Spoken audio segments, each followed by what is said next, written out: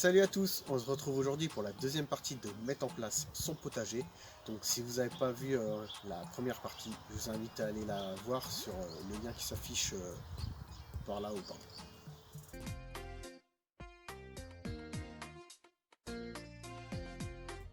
Donc je me suis arrêté la dernière fois après avoir cassé toutes les grosses mottes avec le râteau de toute la terre que j'avais décompactée. Et maintenant on va s'intéresser à tout ce qu'on peut mettre à l'intérieur de son bac.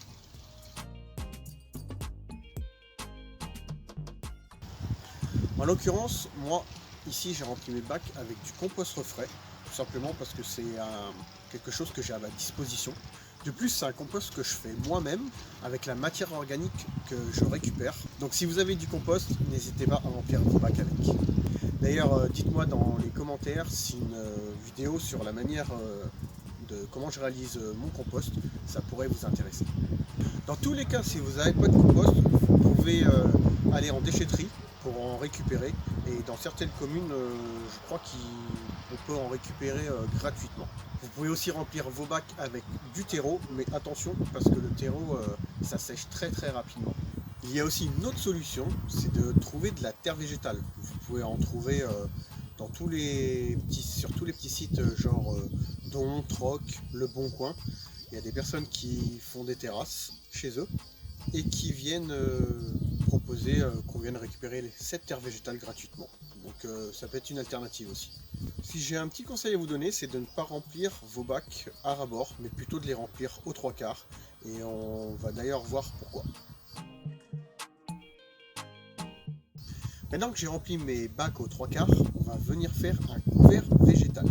Ça va me permettre de garder une certaine chaleur, d'occulter aussi de la lumière pour éviter les herbes indésirables qui poussent, et de venir fournir un abri aussi pour toutes les petites bêtes et toutes les bactéries qui vont venir travailler ce sol. D'ailleurs, vu que j'ai 3 bacs et 3 couverts différents à ma disposition, je vais en profiter pour venir faire un petit test et voir lequel de ces couverts peut être le plus efficace pendant cet hivernage. Donc dans le premier bac, j'ai tout simplement mis de la paille.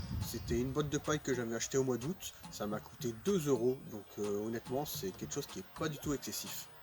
Dans mon deuxième bac, je suis venu mettre des feuilles mortes. Là en l'occurrence c'est des feuilles que j'ai récupérées dans mon jardin, donc c'est totalement gratuit. Et dans mon troisième bac, je suis venu mettre une bâche tressée. C'est une bâche que j'avais qui traînait au fond du garage, donc je viens faire le test et je la mets. Mais faites attention, ne mettez pas une bâche normale, c'est bien une bâche tressée pour que s'il pleut, que l'eau puisse venir s'infiltrer à l'intérieur et pas qu'elle reste en surface. J'essaierai de faire une vidéo le jour où je viendrai semer dans ces bacs, quand j'enlèverai ces couverts pour voir exactement ce qui s'est passé en dessous. Donc si vous avez envie de voir exactement ce qui s'est passé, n'hésitez pas à vous abonner et puis à activer la petite cloche pour être averti des prochaines vidéos. Maintenant la question ça va être de savoir dans quelles conditions ça peut être intéressant de mettre des bacs et pourquoi moi je me suis orienté vers cette méthode de culture. Donc on peut mettre des bacs dans n'importe quel contexte, dans n'importe quel jardin, n'importe quel potager. Mais ce qui est le plus intéressant, c'est si vous avez des complications avec votre sol. Si vous avez par exemple un sol qui est très caillouteux, vous avez du mal à planter quelque chose à l'intérieur, ça va être quelque chose qui va être très bien. Si vous avez un sol qui est très sableux, où l'humidité va s'évacuer rapidement aussi.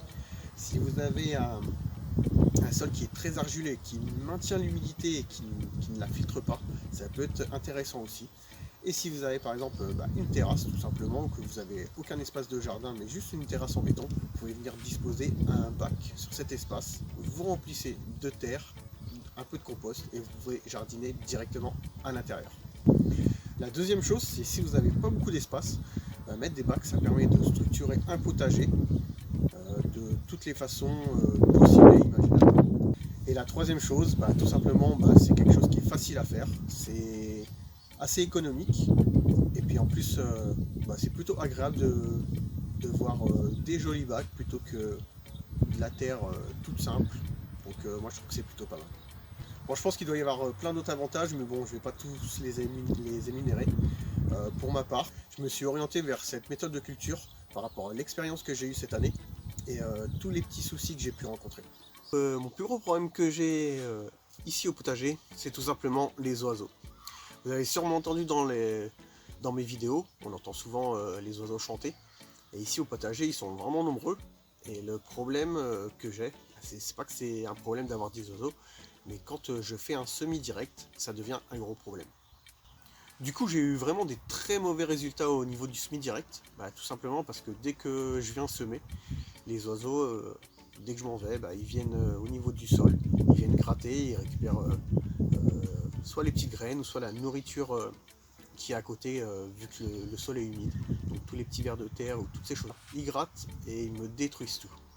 Du coup, les bacs, je pense que ça va être un bon moyen de résoudre ce problème. Je ne vais pas vous l'expliquer tout de suite dans cette vidéo, mais vous le découvrirez plus tard dans une prochaine vidéo d'ailleurs.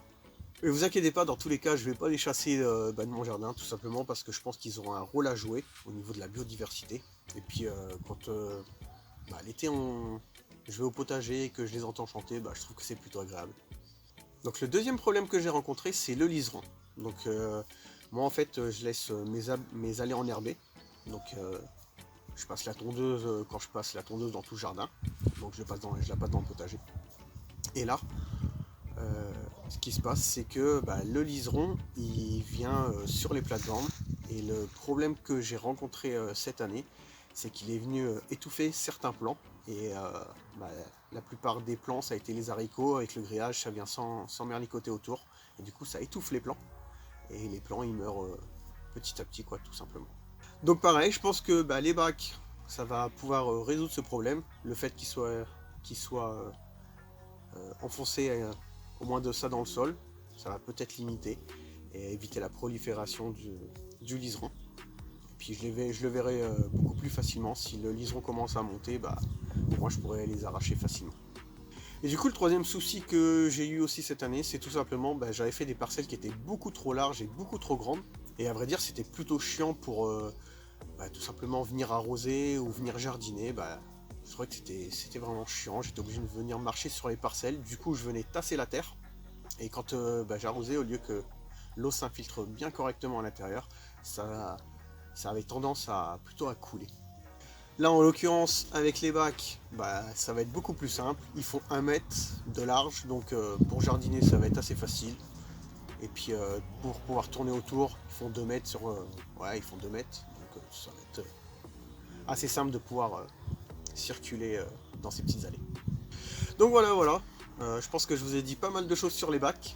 Maintenant, à vous de voir si ça peut être intéressant pour vous. En tout cas, j'espère que cette vidéo vous aura plu et que ça vous aura peut-être donné l'envie de créer un potager dans votre jardin. Si c'est le cas, vous connaissez la chanson, comme d'hab. Likez, partagez, abonnez-vous si vous souhaitez en voir davantage. Et moi, je vous dis à la prochaine pour une autre vidéo. J'ai encore 6 bacs à aller faire, donc si je vais être opérationnel pour l'année prochaine, il va falloir tout simplement que je m'active. Mais là, je vais vite faire rentrer à la maison parce qu'en fait, d'avoir fait cette vidéo, je suis complètement gelé. Je crois qu'il doit faire 2 degrés là, et je vous avoue que je suis frigorifié. Donc je vous dis à la prochaine. Ciao, ciao.